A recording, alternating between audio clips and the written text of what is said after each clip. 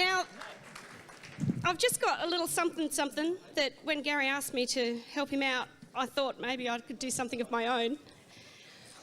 So I'd just like to take a moment to address something that was in the paper last week about the penalties for which we could all be subjected to, and that's going to jail.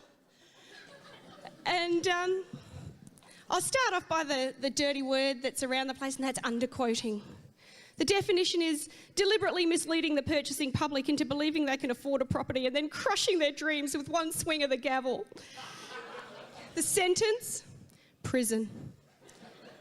So John Rao thinks the real estate industry is in such a poor state in terms of honesty and integrity, which is a huge call coming from a politician,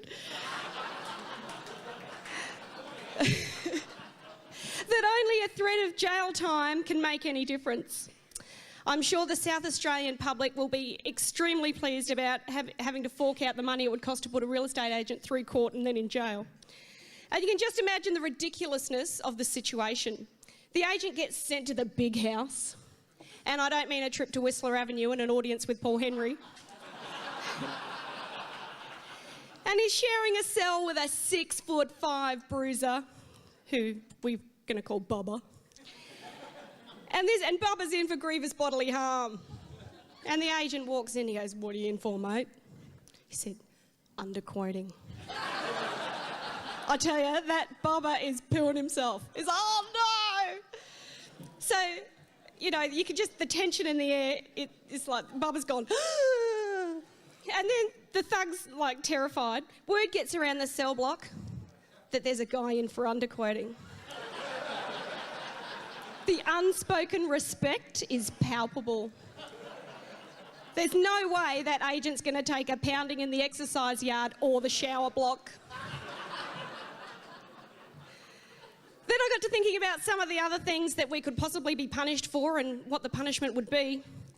And there are some other misdemeanours that I think bear mentioning. So you can all be aware when you're out there with the public, with the consumer.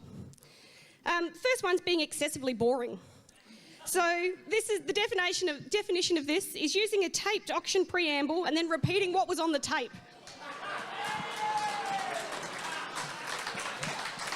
The sentence for that is being locked in a cell and being forced to listen to your own preamble on a loop for a week, or until you're found rocking in a corner, whatever comes first. The second one, spray tan overuse. Consistent use of spray tanning facilities until the skin takes on an unhealthy orange glow.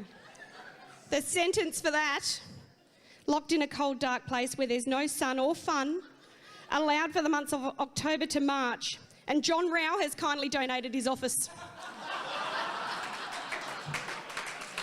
Seriously, ladies, you look like you've been dipped in Tang. Give it a rest. And for those of you from Harris, I know there's not many of you here, Tang was a product that was really big in the 80s. I'm sorry, I know they're not even here. I think they got home to bed. No, sorry, that was really uncalled for. And the last one, because I can feel the love in the room. Unsolicited self-congratulatory comments. When an agent boasts of their inflated sale and settlement stats without any prompting from another party. How you going? Yeah, great, I've sold 25, listed 15, bought 25 cars, owned 5 houses. The sentence for that is time away with Anthony Mundine and Warwick Kappa, where you can try and outdo each other in the fig jam stakes. All parties will then have a gag order placed on them indefinitely to do everyone a favour. So there are probably a few things that politicians should be jailed for, and, you know, broken promises, obviously. Then sniffing chairs and eating their own earwax. Which has happened, we all know it. So I'll leave you with that thought while we eat our entrees.